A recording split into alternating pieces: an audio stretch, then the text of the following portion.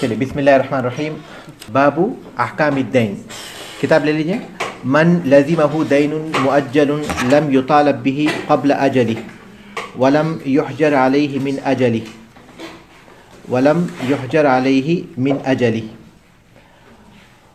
ولم یحل بتفلیسہ ولا بموتہ اذا وثقہ الورثة برہن او کفیل وإن أراد سفرا يحل قبل مدته أو الغزو تطوعا فلغريمه منعه إلا أن يوثق بذلك وإن كان الدين حالا على معسر وجب إنظاره فإن ادعى الإعسار حلف وخلي سبيله إلا أن يعرف له مال قبل ذلك فلا يقبل قوله إلا ببينة فإن كان موسرا لزمه وفاؤه فإن أبى حبس حتى يوفيه فإن كان ماله لا يفي بدينه كله فسأل غرماؤه الحاكم الحجر عليه لزمه إجابتهم. لزمه کر لیجیے اس کو لزمته کی جگہ لزمه إجابتهم فإن حجر عليه لم يجز تصرفه في ماله ولم يقبل إقراره عليه ويتولى الحاكم قضاء دينه ويبدأ بمن له أرش جناية من رقيقه فيدفع إليه أقل الأمرين من أرشها أو قيمة الجاني ثم بمن له رهن فيدفع إليه أقل الأمرين من دينه أو ثمن رهنه وله أسوة الغرماء في بقية دينه ثم من وجد متاعه الذي باعه بعينه لم يتلف ولم يزد زيادة متصلة ولم يأخذ من ثمنه شيئا فله أخذه لقول رسول الله صلى الله عليه وسلم من أدرك متاعه بعينه عند إنسان قد أفلس فهو أحق به من غيره ويقسم الباقي بين الغرماء على قدر ديونهم وينفق على المفلس وعلى من تلزمه مؤنته من ماله إلى أن يقسم فإن وجب له حق بشاهد فأبى أن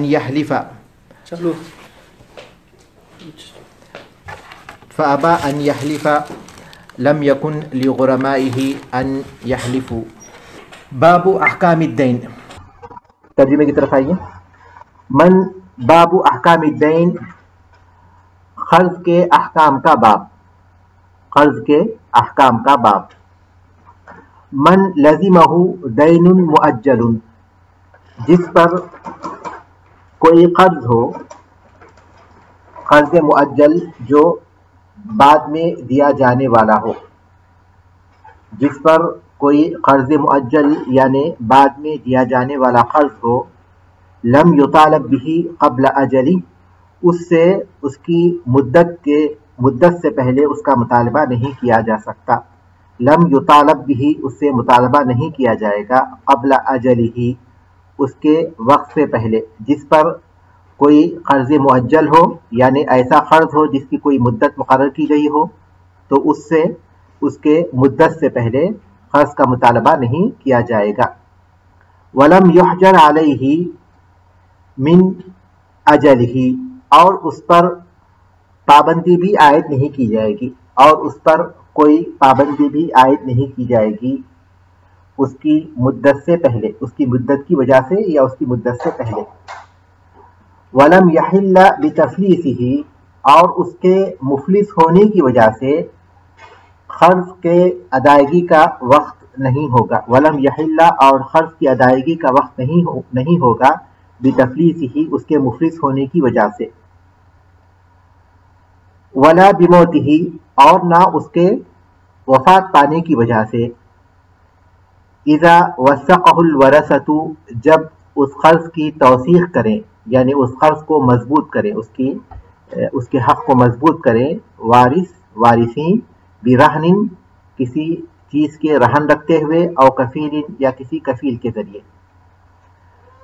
ولا بموتہ، اور نہ اس کے قرض کی ادائیگی کا وقت ہوگا اس کی موت کی وجہ سے، جب اس کے وارث اس کی توثیق کریں کسی رہن کے ذریعے یا پھر کسی کفیل کے ذریعے.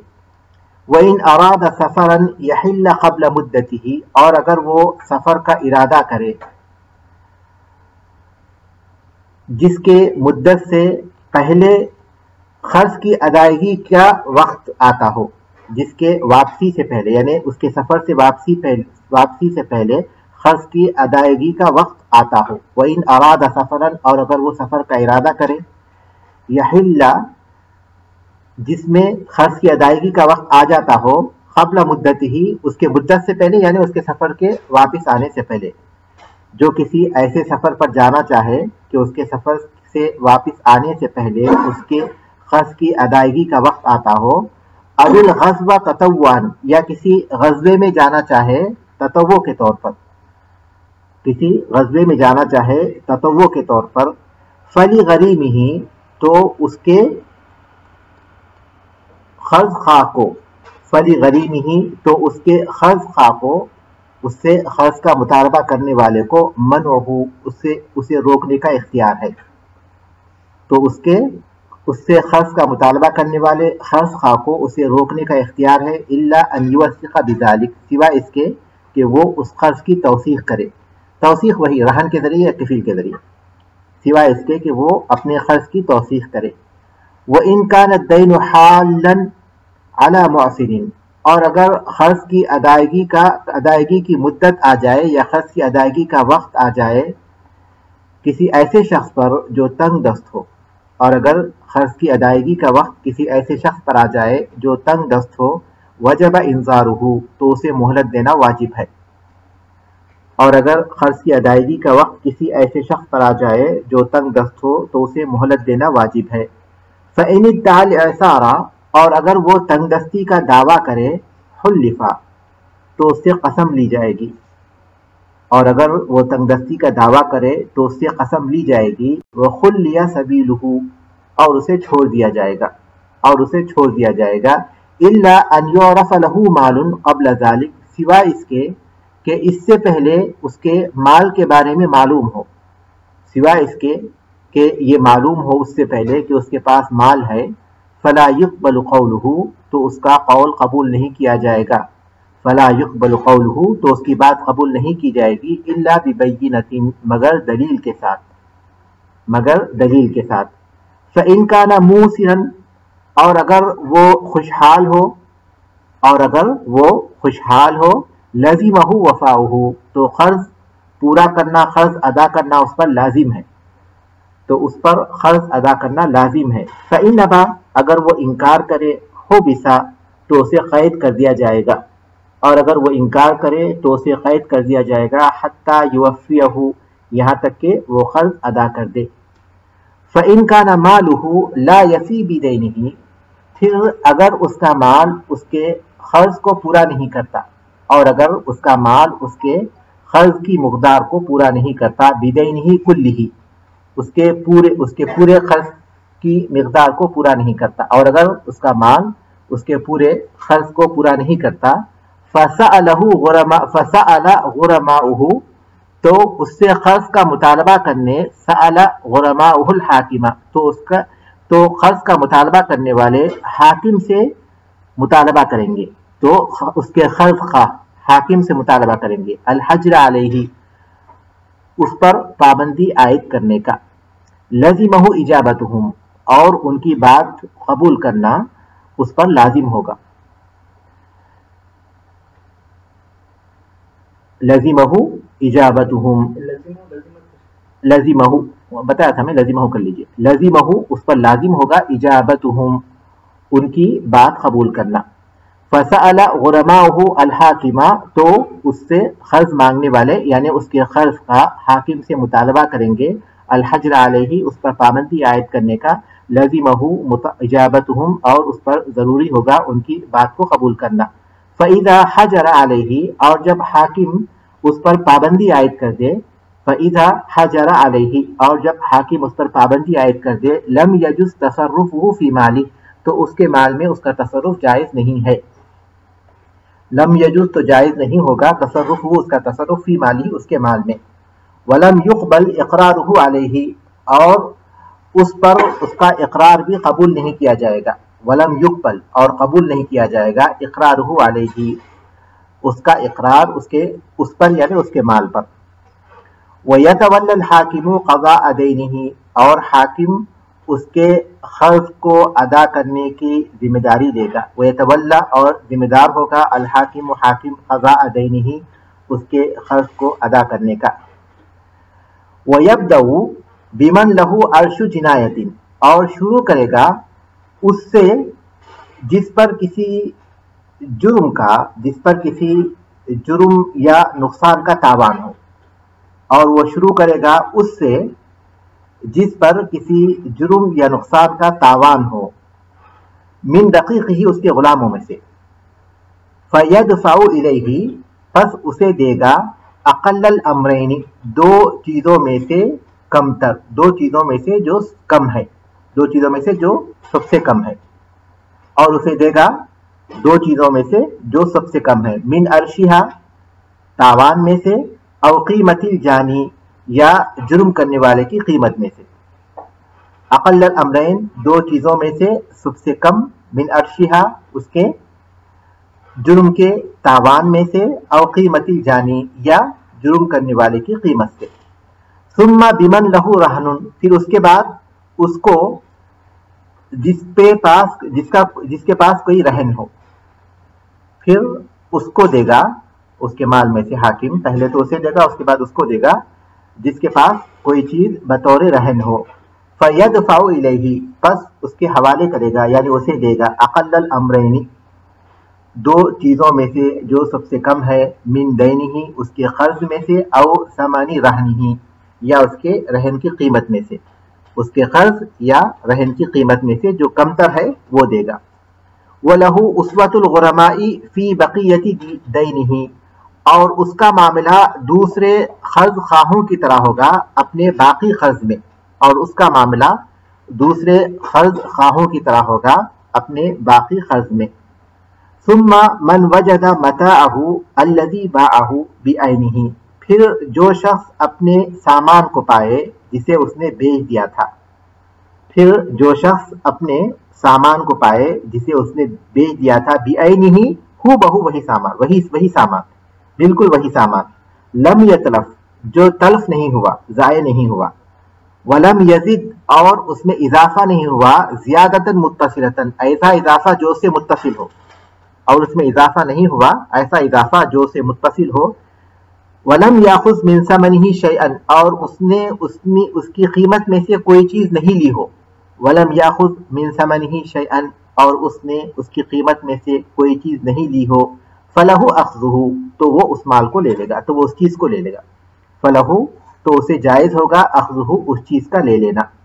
لقول رسول اللہ صلی اللہ علیہ وسلم اللہ کے رسول صلی اللہ علیہ وسلم کے اس فرمان کی وجہ سے، من ادرک متاعہ بعینہ جو شخص اپنے بعینہ اپنے سامان کو پائے، عند انسان کسی انسان کے پاس، قد افلس جو مفلس ہو چکا ہو، فہو احق بہ تو وہ زیادہ حقدار ہے اس کا، من غیرہ دوسروں سے.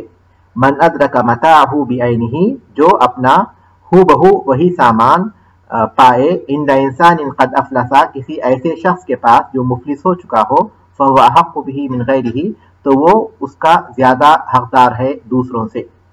وَيُقَسَّمُ الْبَاقِي بَيْنَ الْغُرَمَاءِ اور باقی مال تقسیم کر دیا جائے گا قرض خواہوں میں، علی قدر دیونہم ان کے قرض کے مطابق یعنی قرض کی نسبت سے. وَيُنْفَقُ عَلَى الْمُفْلِسِ وَعَلَى مَنْ تَلْزَمُهُ مُونَتُهُ اور خرچ کیا جائے گا مفلس پر. وَيُنْفَقُ اور خرچ کیا جائے گا مفلس پر. وَعَلَى مَنْ تَلْزَمُهُ مُونَتُهُ اور اس پر جس کا خرچ اس کے ذمہ ہو، جس کا نفقہ اس کے ذمہ ہو، اور اس پر جس کا نفقہ اس کے ذمہ ہو، من مالی اس کے مال میں سے، اِلیٰ ان یقسم یہاں تک کہ اس کا مال تقسیم کر دیا جائے. فَإِنْ وَجَبَ لَهُ حَقٌ پھر اگر اس کا کوئی واجب حق ہو، بشاہدن کسی گواہ کے ساتھ. فَإِنْ وَجَبَ لَهُ حَقٌ اور اگر اس کا کوئی واجب حق ہو، بشاہدن کسی گواہ کے ساتھ.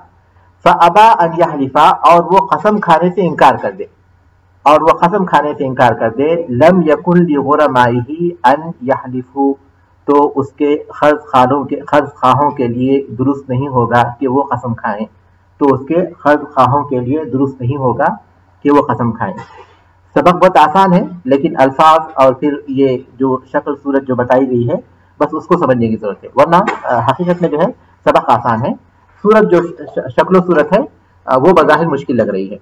باب احکام الدین، قرض کے احکام۔ قرض اور دین میں کیا فرق ہے؟ قرض اور دین، ہم اس سے پہلے باب القرض پڑھ چکے ہیں، اب یہ باب احکام الدین پڑھ رہے ہیں، قرض کے احکام۔ تو اہل علم کہتے ہیں کہ قرض اور دین میں فرق یہ ہے کہ اس سے پہلے ہم لوگ قرض کی تعریف کر چکے ہیں، کسی کو یاد ہے قرض کی تعریف؟ دفع مال لمن ينتفع به ويرد بدلہ۔ دفع مال کسی ایسے شخص کو دینا جو اس سے فائدہ اٹھائے اور اس کا بدل واپس کرے۔ کسی کو مال دیے ایک مقرر مدت تک کے لیے تاکہ اس سے فائدہ اٹھا لے پھر واپس کرے، یہ قرض ہے، مال کا کسی شخص کو دینا۔ دین عام ہے، دین ہر وہ چیز جو کسی کے ذمے ہوتی ہے، ہر وہ چیز جو کسی کے ذمے ہوتی ہے، چاہے وہ قرض کی وجہ سے ہو یا پھر یہ کہ کوئی چیز اس نے خریدی ہے اور اس کے قیمت اسے دینا ہے، یا پھر کرایہ اسے دینا ہے، جو کچھ مہینوں کا کرایہ اس کے اوپر قرض ہو گیا اسے کرایہ دینا ہے۔ تو ہر وہ چیز جو کہ کسی کے ذمے ہوتی ہے وہ دین کہلاتی ہے۔ قرض جو ہے وہ مال جو کسی کو دے اور وہ فائدہ اٹھانے کے بعد اس کا بدل واپس کرے۔ تو قرض میں کیا ہے، ایک ہی چیز ہے، مال اس کو دیا جاتا ہے اور وہ ایک مدت کے بعد واپس کرتا ہے، یہ قرض خاص ہے اس کے ساتھ۔ لیکن دین میں عمومیت پائی جاتی ہے کہ قرض بھی اس میں داخل ہے دین میں۔ اس کے علاوہ ہر وہ چیز جو کسی کے ذمے ہوتی ہے، چاہے وہ کسی سامان کی قیمت ہو یا گھر کا کرایہ ہو یا پھر کوئی بھی چیز ہے یا قرض ہو، اسی طرح سلم ہے، بے سلم ہے، وہ بھی جو ہے دین ہی کی قسم ہے۔ تو دین کیا ہے، عام ہے، اور قرض کیا ہے، خاص ہے۔ آریتن نہیں، آریتن جو لیتے وہ آریت کے احکام ہے، وہ دین کے احکام میں نہیں ہے۔ وہ کوئی چیز اس کے ذمے پر واجب ہو جاتی ہے کسی بھی وجہ سے، یا تو پیسے دیا ہے اس وجہ سے، یا پھر کوئی چیز اس نے خریدی اس وجہ سے، یا گھر کا کرایہ دینا باقی ہے اس وجہ سے، یا پھر اس نے کوئی ایسا کام کیا ہے کہ اس کے اوپر جو ہے کوئی اس کو بتایا گیا ہے کہ کچھ قیمت اس کو دینا ہے، جو بھی سبب ہو، جو بھی چیز کسی کے ذمے ہو جاتی ہے کہ وہ کسی کو ادا کرنا ہے وہ قیمت، تو وہ دین کہلاتا ہے۔ ہاں، قرض کے معنی میں ہو قرض، ہاں وہ بھی اگر اس کے اوپر عائد کر دیا گیا ہے کہ اس کی سزا کے طور پر، تو وہ بھی اسی دین میں آئے گا، کیونکہ وہ اسے پورا کرنا ہے، اسے وہ پورا کرنا ہے، اس کے ذمے ہے وہ چیز۔ تو یہ فرق ہے دین میں اور قرض میں۔ تو دین کے احکام، من لزمہ دین مؤجل، جس کے اوپر کوئی مؤجل یعنی بعد میں دیا جانے والا قرض کسی کے اوپر لازم ہے، کوئی قرض ہے جو اس نے لیا ہے اور اس کو 6 مہینے کے بعد اسے واپس کرنا ہے، اس کو بولتے ہیں مؤجل، ٹھیک ہے۔ لم یطالب به قبل اجلی، تو اس کے مدت سے پہلے اسے واپس مطالبہ نہیں کیا جا سکتا۔ جیسے کسی کے اوپر کوئی قرض ہے اور ذی الحجہ طے ہوا ہے اسے واپسی کرنے کا، تو اسے شعبان میں، رمضان میں، رجب میں اس سے مطالبہ نہیں کیا جا سکتا، کیونکہ المسلمون علی شروطہم، مسلمان جو آپس میں شرطیں کرتے ہیں ان کی پابندی کریں گے۔ جب ایک مدت طے ہوئی ہے تو پھر وہ مدت کے سے پہلے اسے مطالبہ کرنا درست نہیں ہوگا۔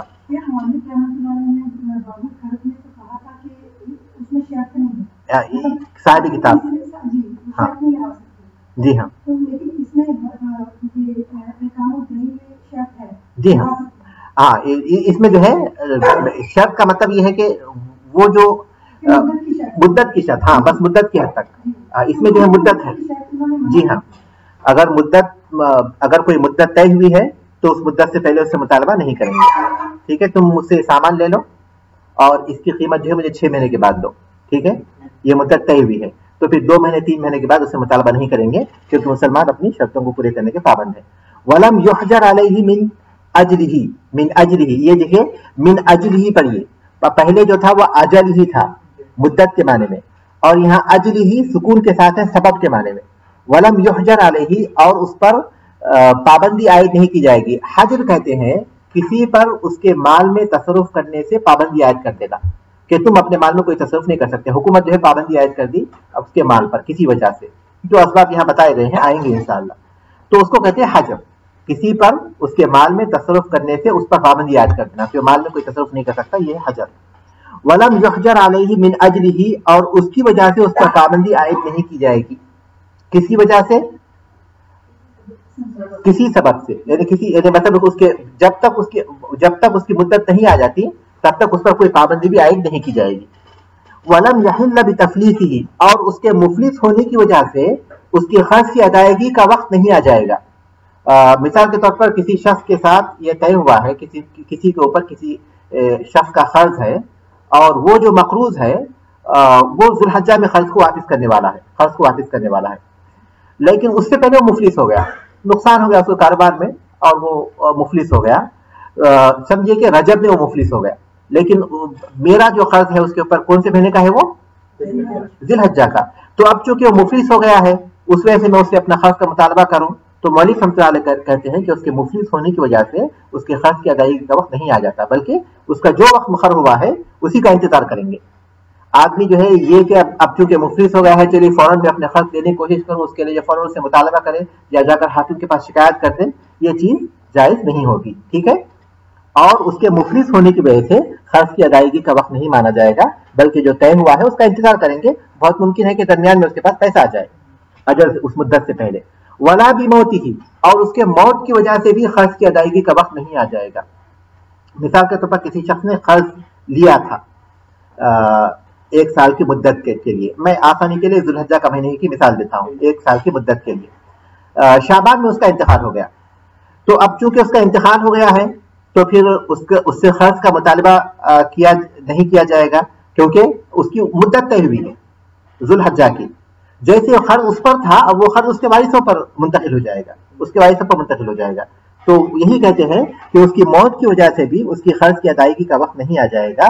لیکن اس شرط کے ساتھ, کیونکہ لوگوں کے حقوق ضائع نہ ہو, اس شرط کے ساتھ کہ اذا وثقہ الورثۃ, کہ اس کے وارثین اس کے قرض کی توثیق کریں برہن, کسی رہن کے ذریعے. یہ کہیں کہ آپ کا قرض جو ہے وہ 1 لاکھ ہے, اس کے وارث کہیں کہ آپ کا قرض 1 لاکھ ہے, تو لہذا یہ گھر ہے آپ رکھیے, ہم رہن کے طور پر رکھتے ہیں, آپ کو جو ذو الحجہ میں قرض واپس کرنا ہے رہن کے طور پر آپ یہ گھر رکھیے جو تقریباً 1 لاکھ 1.5 لاکھ یا 2 لاکھ کا جو بھی ہے. تو کسی رہن کے ذریعے اس کی توثیق کریں وہ لوگ. او کفیل, یا پھر کسی شخص کو ضمانت بتائیں کہ اگر ہم قرض نہیں دیں گے تو پھر یہ شخص ہے وہ ضامن لیتا ہے, تو ضامن کہے کہ ہاں میں آپ کا قرض واپس کروں گا اگر یہ لوگ نہیں دیں گے. اس مدت تک کے لیے ان کے جو ہے قرض کی ادائیگی کا وقت نہیں آیا, لیکن چونکہ ان کے حقوق ہیں ضائع نہیں ہوں گے, تو اس لیے ان کو یہ حق ہوگا کہ یہ مطالبہ کریں کہ وراثت کی تقسیم پر پابندی عائد کر دی جائے. ان کو یہ حق ہوگا, یہ مطالبہ کریں کہ وراثت کی تقسیم پر پابندی عائد کر دی جائے, یہاں تک کہ ان کو ان کا حق مل جائے. ممکن ہے وارث اپنی طرف سے دینا چاہے تو ٹھیک ہے, لیکن اس کو جو ہے اس کے لیے حکم یہ ہے کہ وہ چونکہ اس کی وفات ہو گئی اس لیے جو ہے وقت سے پہلے بھی اپنا قرض واپس کروں, وہ ایسا نہیں کرے گا. لیکن اس کے لیے ضروری ہوگا کہ وارث اس کی توثیق کر دے, یا تو وارث جو ہے اس کے پاس کوئی چیز رہن کے طور پر رکھ دے اس مدت تک کے لیے, یا پھر جو ہے کسی کو کفیل بنا دے.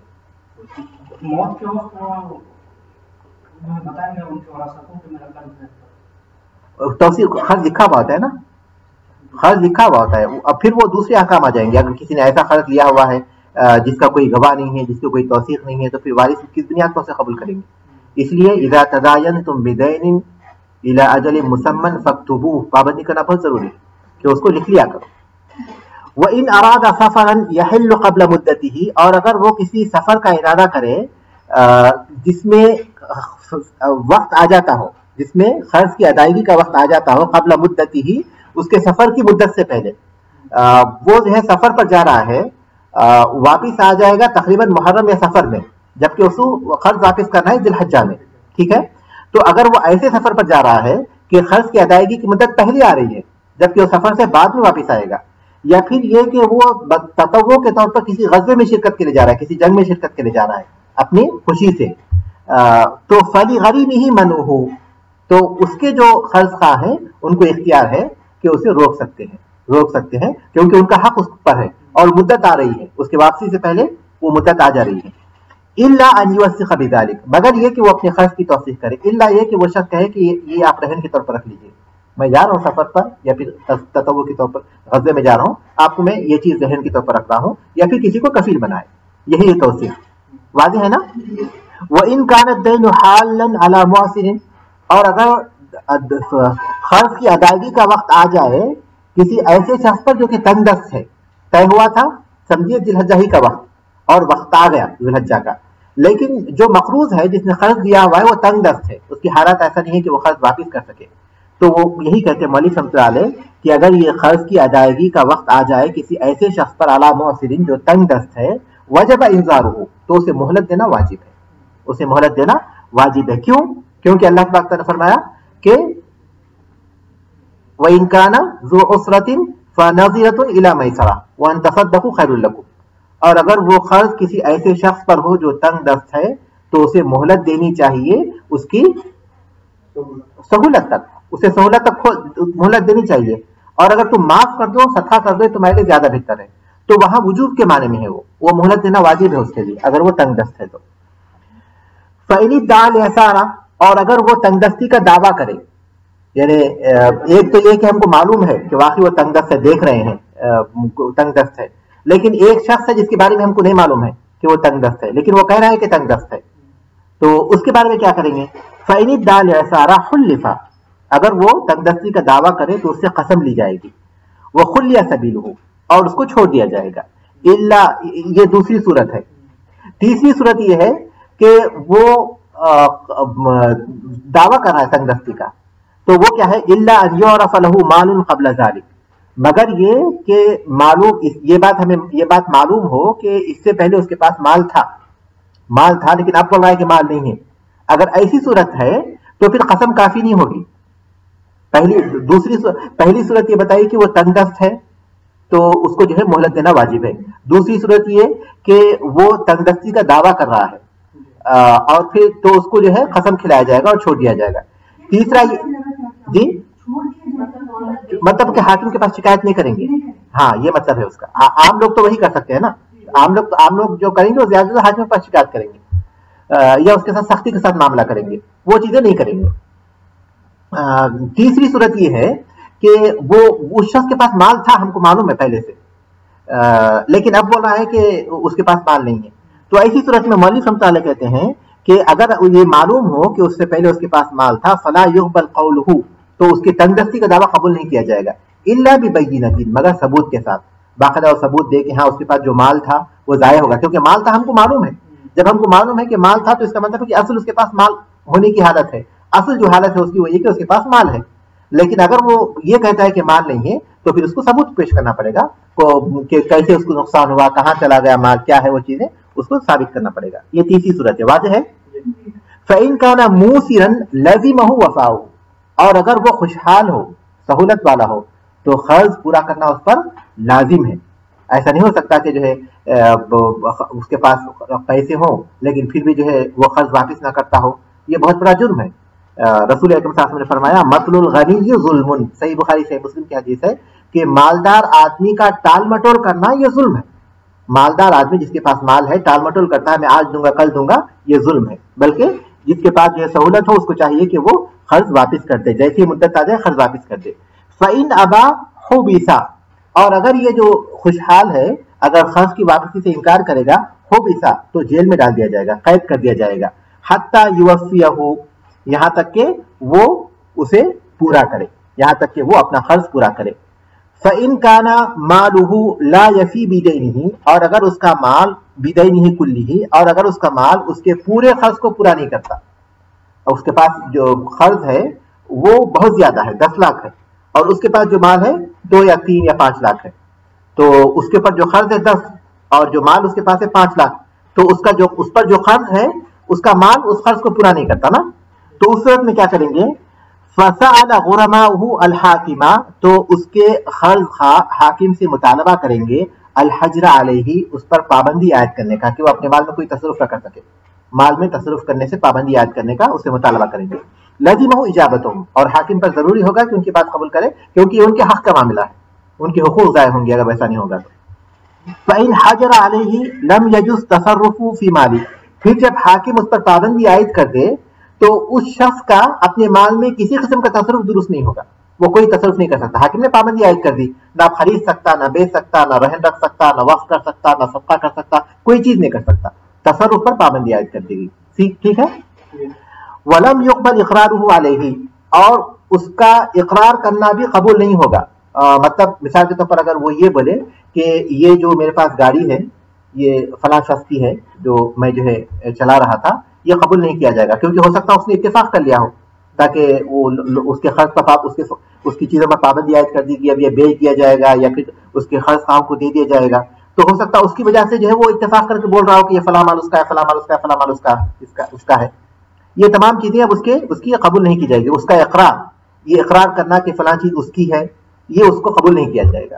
اب وہ ساری چیزیں پھر حاکم کے پاس ہوں گی, جو بھی چیزیں ہیں حاکم اسی حساب سے معاملہ کرے گا. ولم يقبل اقرارہ علیہ, اور اس کا اقرار اس کے مال پر قبول نہیں کیا جائے گا. وَيَتَوَلَّى الْحَاكِمُ قَضَاءَ دَيْنِهِ, اور اس کے قرض کو ادا کرنے کی حاکم ذمہ داری لے گا. حاکم اس کے قرض کو ادا کرنے کا ذمہ دار ہوگا. مطلب یہ کہ اس کے پاس اب جو مال ہے, اب اس کو کیسے قرض خواہوں کو دینا ہے وہ حاکم اس کی ترتیب کرے گا. ایسا نہیں کہ حاکم پیسے لا کر اس کے پورے قرض کو ادا کرے, وہ مفہوم نہیں, بلکہ اس کے قرض کو ادا کرنے کا جو بھی نظام ہے, جو بھی سسٹم ہے, اب وہ حاکم کی ذمہ داری میں ہوگا.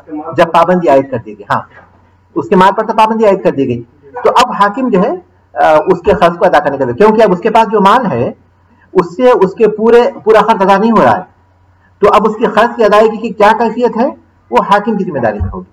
ٹھیک ہے. کیا ہے اس کے بعد, وَيَبْدَأُ بِمَنْ لَهُ عَرْشٌ, اور وہ شروع کرے گا اس سے جس کے اوپر کسی جرم یا کسی غلطی کا تاوان ہے, من دقیقہ, اس کے غلاموں میں سے. تو سب سے پہلے اس کے مال میں سے کس کو دیں گے؟ اگر اس کے غلاموں میں سے کسی پر کچھ تاوان ہے, کوئی فین لگا ہوا ہے, تاوان کا مطلب ہے کہ کوئی فین, کوئی پیسے اس کے پر واجب ہوئے ہیں. مثال کے طور پر اس کو میں مثال کے ذریعے واضح کرتا ہوں, واضح ہو جائے گی وہ چیز. مثال کے طور پر اس کے غلام نے کسی دوسرے شخص کے غلام کو مار دیا, اس کو زخم آ گئے. اس کے غلام نے کسی دوسرے شخص کو مارا, اس کو زخم آ گئے. اب وہ زخم کا اندازہ لگایا گیا, جو ماہرین ہیں, جو ڈاکٹرز کی ماہرین ہیں, حکومت کے ماہرین کی جو ٹیم ہے, اندازہ لگایا کہ یہ جو زخم ہے اس کے اوپر جو فائن لگتا ہے تقریباً جو ہے 10,000 ریال ہے. یہ ہے جو تاوان اس کے اوپر لگا اس کے اس غلطی کی وجہ سے. تو سب سے پہلے وہ اس کی غلطی, اس کے غلاموں میں سے کسی غلام سے جو جرم, جو مجرمان, اس کے جرم کی وجہ سے جو غلطی پر جو تاوان لگا ہوا ہے اس کو ادا کیا جائے گا. اس کو ادا کیا جائے گا. کیسے ادا کیا جائے گا؟ سب سے پہلی یہ چیز ہے, ٹھیک ہے, سمجھ گئے نا تاوان کیا ہے؟ اس نے جو نقصان پہنچایا اس کے غلام نے کسی دوسرے شخص کو جو نقصان پہنچایا ہے, وہ جو نقصان ہے, کیونکہ غلام اس کے مال میں سے ہے نا, تو اس لیے سب سے پہلے جو ہے اس کو ٹھیک کر دیا جائے گا تاکہ پھر وہ مال کی تقسیم صحیح طور پر ہو سکے. تو اس کے غلام نے کسی شخص کے غلام کو مارا ہو اور اس کی وجہ سے اس کے اوپر کوئی تاوان لگا ہوا ہو, تو وہ تاوان کی ادائیگی پہلے ہوگی. لیکن وہ کیسے ہوگی؟ کہتے ہیں فَيَدْفَعُ إِلَيْهِ أَقَلَّ الْأَمْرَيْنِ, تو دو چیزوں میں سے جو سب سے کم ہے وہ اسے دیا جائے گا. من عرشها, اس کے تاوان میں سے, او قیمت الجانی, یا جرم کرنے والے کی قیمت میں سے. اس کا کیا مفہوم ہے؟ اس کا مفہوم یہ ہے کہ اس غلام نے دوسرے شخص کے غلام کو جو نقصان پہنچایا ہے اس کا تاوان لگا ہوا ہے 10,000 ریال, ٹھیک ہے, اس غلام کی قیمت ہے 15,000 ریال. تو ایسی صورت میں دونوں میں سے کم کیا ہے؟ تاوان کم ہے, تو اس کو تاوان دے دیا جائے گا. اس کو تاوان دے دیے, تاوان کی جو 10,000 قیمت دے دی جائے گی. یا پھر یہ کہ غلام نے جو نقصان پہنچایا اس کی قیمت 15,000 ریال ہے اور غلام کی قیمت 10,000 ریال ہے, تو اس صورت میں اس کو کتنا دیا جائے گا؟ 10,000 دیے جائے گی, جو کم ہے. اقل الامر ہے, یعنی غلام کی جو قیمت بنتی ہے وہ, اور تاوان کی جو قیمت ہوتی ہے اس میں سے جو کم تر ہے وہ اس کو دیں گے. واضح ہے؟ سمجھ گیا؟ کیونکہ رقیق ہی بول کر دیا ہے نا انہوں نے, تو غلام ہی کی بات کریں گے ہم لوگ, کیونکہ یہ اسی کے ساتھ ہے, کسی دوسرے کے ساتھ نہیں ہے. کیونکہ اب کتاب میں آپ پڑھیے, وَيَبْدَأُ بِمَنْ لَهُ عَرْشُ جِنَایَةٍ, شروع کرے گا حاکم اس سے جس پر کسی جرم یا غلطی کا تاوان ہو, من دقیقہ, اس کے غلاموں میں سے. یہی چیز ہوگی, اور دوسری کوئی چیز نہیں ہے اس میں جو پہلی چیز دی جائے گی. او فَيَدْفَعُ إِلَيْهِ أَقَلَّ الْأَمْرَيْنِ, تو دو چیزوں میں سے جو کم ہے وہ اسے دی جائے گی، من ارشیہا اس کے تاوان میں سے، اور قیمت الجانی یا جرم کرنے والا جو غلام ہے اس کی قیمت، جرم کرنے والے غلام کی قیمت اگر کم ہے تو وہ دیا جائے گا اس کو، یا پھر جو ہے اگر وہ جو فائن جو لگا ہوا ہے یا پھر جو تاوان لگا ہوا ہے وہ کم ہے تو وہ دیا جائے گا، ٹھیک ہے۔ ثم جنایا کہتے ہیں وہ جرم جس پر کوئی تاوان لگتا ہے، جرم وہ جرم جو تاوان لگتا ہے، جانی مطلب مجرم، الجانی وہ جرم کرنے والا۔ ثم بمن لہ رہن، تو سب سے پہلے تو یہ ہو گیا نا، اس کے بعد اس کو مال دیا جائے گا جس کے پاس کوئی رہن ہو، اس نے اپنی کوئی چیز رہن کے طور پر رکھی ہے کسی کے پاس تو اس کو دیا جائے گا۔ فَيَدْفَعُ إِلَيْهِ أَقَلَّ الْأَمْرَيْنِ، وہ اس کو دے گا دو چیزوں میں سے جو سب سے کم ہے وہ دے گا، مِن دَيْنِهِ اس کے قرض میں سے، او ثمن رہنِهِ یا اس کے رہن کی قیمت میں سے۔ اس نے قرض لیا تھا جو جس کے اوپر جو ہے پابندی لگی ہوئی ہے، اس نے قرض لیا تھا اور اپنی کوئی چیز اس کے پاس رہن رکھی ہوئی تھی، ٹھیک ہے، تو دوسرے نمبر پر اس کے قرض کو پورا کیا جائے گا۔ لیکن کیسے پورا کیا جائے گا؟ اس نے اس سے قرض لیا تھا 1,00,000 ریال اور رہن کے طور پر اپنا گھر رکھا تھا 1,50,000 ریال کا، تو دو میں سے جو کم ہے اتنا اسے دیا جائے گا، دو میں سے کم کیا ہے؟ قرض ہے، تو اس کو 1,00,000 دیے جائیں گے۔ یا پھر آپ دوسری مثال اس کے الٹ لیجئے کہ اس نے اسے قرض دیا تھا 1,50,000 اور رہن رکھا تھا 1,00,000 کا گھر، تو اسے کتنا دیا جائے گا؟ 1,00,000 دیا جائے گا۔ اس کے بچے کتنے اور کتنے بچ گئے اس کے؟ 50، تو وہ 50,000 کے بارے میں بول رہے ہیں۔ وَلَهُ أُسْوَةُ الْغُرَمَاءِ فِي بَقِيَّةِ دَيْنِهِ، اپنے باقی قرض میں اس کا معاملہ دوسرے قرض خواہوں کی طرح ہوگا، رہن کے جو مال ہے اس میں سے جو کم والا ہے وہ تو اسے دے دیا جائے گا، لیکن اگر ایسی صورت پیش آئی کہ اس کا جو رہن رکھا تھا وہ 1,50,000 کا تھا اور قیمت لی تھی انہیں 1,00,000، تو اسے پورے 1,00,000 تو مل گئے۔ لیکن اگر دوسری صورت ہو کہ اس نے رہن جو چیز رکھی تھی وہ 1,00,000 کی ہے، قرض جو لیا تھا وہ 1,50,000 کا ہے، تو اسے دیں گے 1,00,000 کی، ٹھیک ہے، جو کم ہے اس کو دیں گے۔ اب مزید اس کے 50,000 ہیں تو وہ کیسے ملیں گے اس کو؟ تو اس کے بارے میں بولتے ہیں کہ دوسرے جو قرض خواہ ہیں جو اور بھی بچے ہوئے ہیں ان کے ساتھ جو معاملہ ہوگا اسی میں اس کو شامل کیا جائے گا باقی قرض کے لیے، ٹھیک ہے۔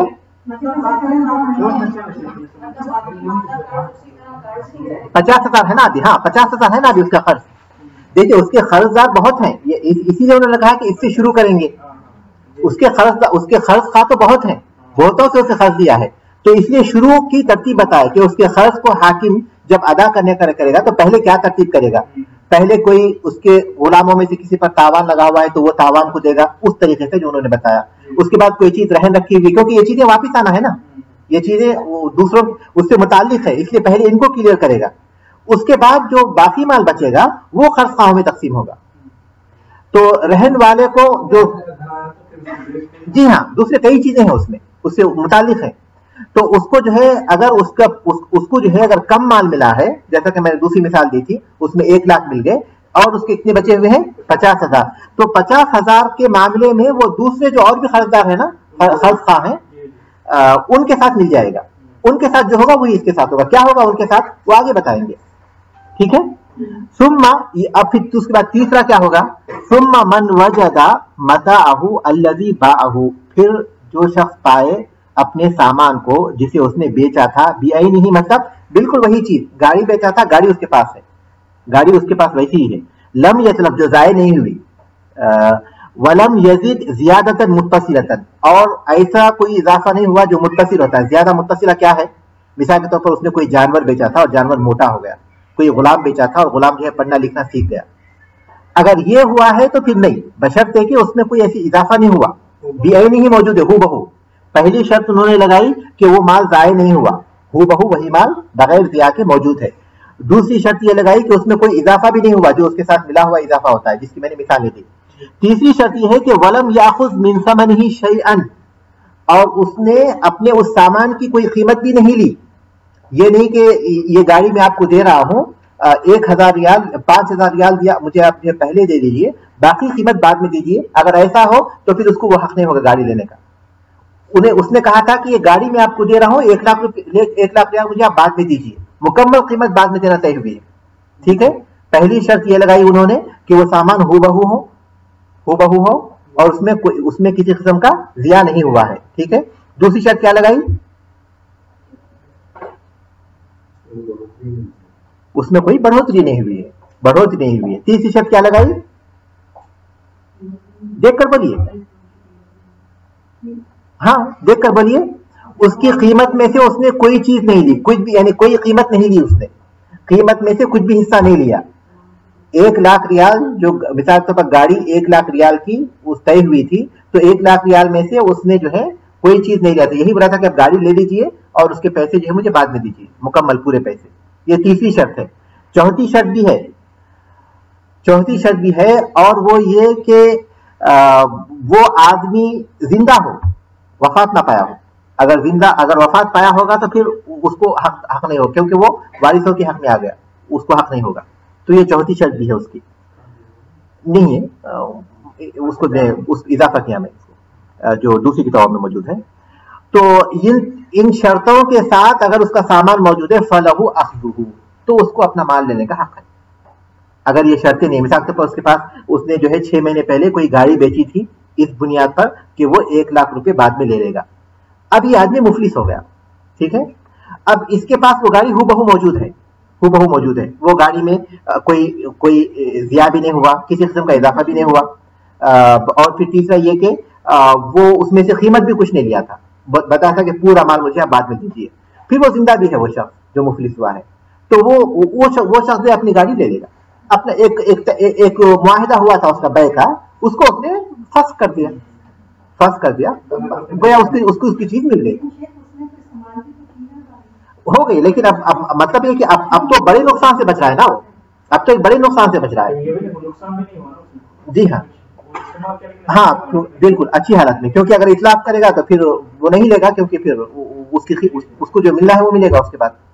تو یہ 3 صورتیں پہلے ہوں گی. اس کے قرض میں سے حاکم قرض داروں کو جب قرض ادا کرے گا تو سب سے پہلے وہ غلام نے کوئی ایسی غلطی کی ہو جس پر تاوان واجب ہوا ہو تو اس کو پورا کریں گے اس شکل سے جو مولوی صاحب نے بتایا. اور دوسری جو چیز ہوگی اس میں سے وہ یہ کہ رہن کسی کے پاس ہے تو وہ رہن والے کا حق برابر کریں گے اس تفصیل کے ساتھ جو مولوی صاحب نے ذکر کیا. تیسرا یہ ہوگا کہ اگر کوئی ایسا سامان ہے جو کسی شخص نے بیچا ہوا ہے اور ان شرطوں کے ساتھ اس کے پاس موجود ہے تو وہ اپنا مال لے لے گا. ٹھیک ہے, کیوں؟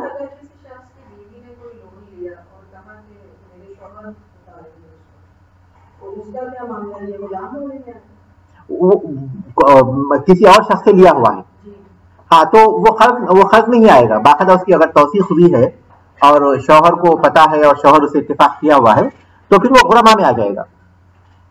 لقول رسول اللہ صلی اللہ علیہ وسلم, اللہ کے رسول صلی اللہ علیہ وسلم کے اس فرمان کی وجہ سے, من ادرک متاعہ بعینہ, جو اپنا سامان ہو بہو پائے, جو اپنا ہو بہو سامان پائے, عند انسان, کسی انسان کے پاس, قد افلس, جو مفلس ہو گیا ہو, فہو احق بہ من غیرہ, تو وہ زیادہ حقدار ہے اس کا دوسروں سے. واضح ہے حدیث, ٹھیک ہے.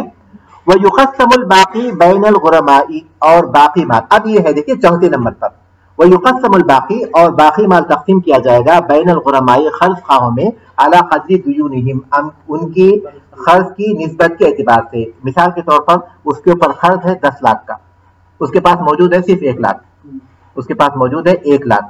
وہ 1 لاکھ جو موجود ہے تو اس میں جو قرض کا مطالبہ کرنے والے ہیں اس میں کسی کا قرض 1 لاکھ ہے, کسی کا خرچ 5 لاکھ ہے, کسی کا خرچ 4 لاکھ ہے. ٹھیک ہے, تو اب 10 لاکھ کا اس کے اوپر خرچ ہے گویا مکمل, کیونکہ کسی کا 1 لاکھ ہے, کسی کا 5 لاکھ ہے, کسی کا 10 لاکھ کا خرچ ہے, اس کے پاس 1 لاکھ موجود ہے. تو 10واں حصہ اس کے حصے کر دیے جائیں گے. 10واں حصہ 1 لاکھ والے کو ملے گا 10,000, اور 5 لاکھ والے کو 5 حصے ملیں گے 50,000, اور 4 لاکھ والے کو 4 حصے ملیں گے 40,000.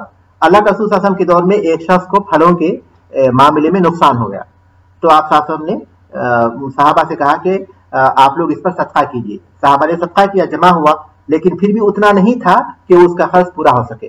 تو آپ صلی اللہ علیہ وسلم نے اس کے خرچ خواہوں سے کہا کہ جو کچھ ہے اسی کو لے لو, کیونکہ اس کے پاس اس کے جواب کچھ نہیں ہے. تو اب جو مفلس ہو گیا اس کے خرچ کو جو ہے جو اس کے خرچ خواہ ہیں ان میں تقسیم کیا جائے گا, ان کے خرچ کی نسبت کے اعتبار سے, ان کے خرچ کی نسبت کے اعتبار سے اس کے مال کو تقسیم کیا جائے گا. کون چھوڑ دیں گے؟ ہے ہی نہیں اس کے پاس, ہاں ختم ہو گیا حصہ, ہے ہی نہیں اس کے پاس, کیونکہ اس کے پاس ہاں ختم ہو گیا حصہ.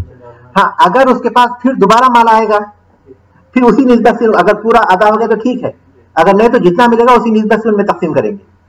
اگر معلوم ہے مثال کے طور پر اب جو 1 ہی لاکھ تھا ٹھیک ہے، لیکن کچھ دنوں کے بعد معلوم ہوا کہ اس کا کچھ پیسہ فلاں جگہ پر 50,000 بھی ہے، تو وہ بھی ملا دیا جائے گا، وہ بھی ملا دیا جائے گا اور وہ بھی ان کے حساب سے تقسیم کر دیا جائے گا. نہیں معاف کرنے کی بات نہیں ہے اس میں، معاف کر دیا تو پھر وہ پیسے بھی نہیں لے گا نا. ہاں وہ معاف کرے نہ کرے اس کو اور کوئی چیز ملنے والی ہے نہیں، معافی کا کوئی اعتبار ہی نہیں ہے اس میں، کیونکہ وہ تو مفلس ہے. تو اب اس لیے ان کو اتنا ہی ملے گا، وہ چاہے معاف کرے چاہے معاف نہ کرے، لیکن قانونی طور پر اس کو جو حق بنے گا اتنا ہی بنے گا، کیونکہ اس کے پاس کوئی اور ہے نہیں لینے کے لیے. نہیں مفلس ہے، اس کو جیل میں نہیں ڈالیں گے، آزاد چھوڑیں گے، کیونکہ مفلس ہے. جیل میں ڈالیں گے تو اس کو فائدہ کیا ہوگا؟ کوئی حاصل نہیں ہوگا اس کا. اب بعد میں اگر آئے تو پھر وہ ایک مختلف ہی مسئلہ ہے، بعد کی مدت ہو جائے یعنی تقریباً 10 سال 15 سال کے بعد آئے تو جبکہ وہ فیصلہ تو ہو چکا تو پھر اس کو لوٹانا ممکن نہیں ہے. اگر فوراً کوئی مال مل جائے گا تو پھر اس کو اس میں شامل کر دیا جائے گا، لیکن اگر تاخیر ہو گئی تو پھر وہ حکم نہیں ہوگا. وَيُنْفِقُ عَلَى الْمُفْلِسِ، ٹھیک ہے یہ تو ہو گئے اس کے مال کو تقسیم کرنے کے احکام. لیکن اس درمیان میں جبکہ اس کے مال پر تصرف کرنے سے پابندی عائد کر دی گئی تو اب وہ کیا کھائے گا کیا پیے گا، کیونکہ وہ تو تصرف نہیں کر سکتا اپنے مال میں سے.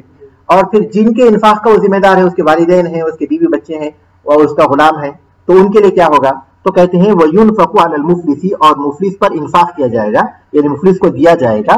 وَعَلَى مَنْ تَلْزَمُهُ مُونَتُهُ، اور ان کو جن کا خرچ اس کے اوپر لازم ہے، من مالی، اس کے مال میں سے جتنا ان کے خرچ کا مطابق ہے اتنا مال اسے دیا جاتا رہے گا. اس کے مال پر پابندی ہے لیکن اخراجات جتنے ہوتے ہیں اس کے پھر اس کے جن کا انفاق اس کے اوپر ضروری ہے ان سب کا جو اسے دیا جاتا رہے گا.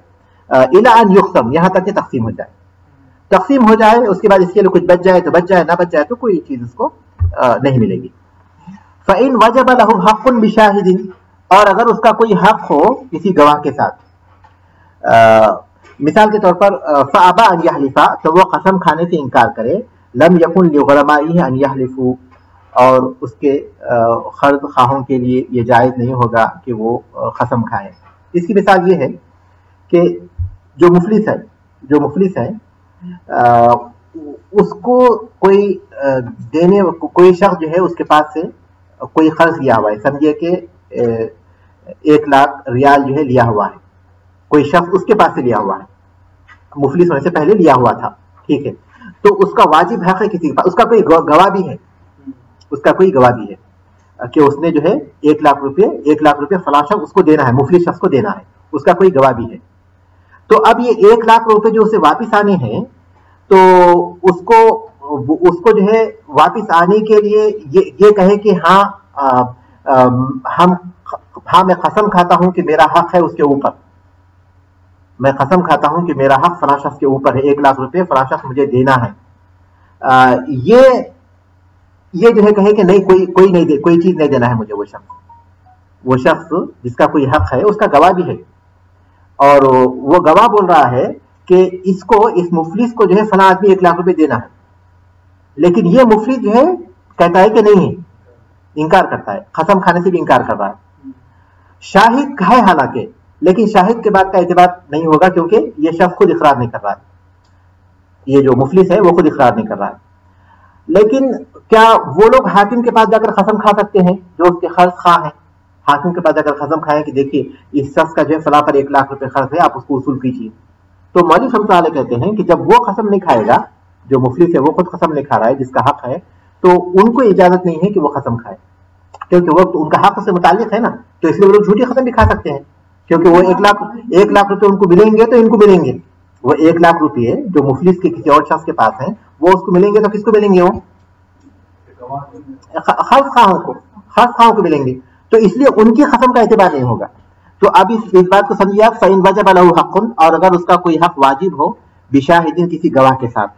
فَأَبَى، وہ انکار کر رہا ہے، ان یحلف، اور انکار کر رہا ہے کہ وہ قسم کھائے کہ میرا حق اس کے اوپر ہے، وہ قسم نہیں کھا رہا ہے وہ.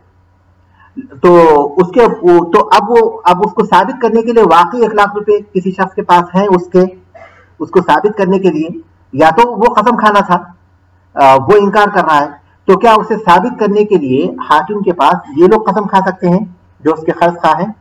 تو لم یکن لغرمائہ ان یحلفوا، تو اس کے قرض خواہوں کے لیے یہ جائز نہیں ہے کہ وہ قسم کھائیں۔ ہاں وہ گواہ کے ساتھ جو ہے ایک گواہ ہے، عادل گواہ ہے، ایک گواہ کا اعتبار نہیں ہے۔ توثیق ہوگی تو پھر مسئلہ نہیں ہوگا۔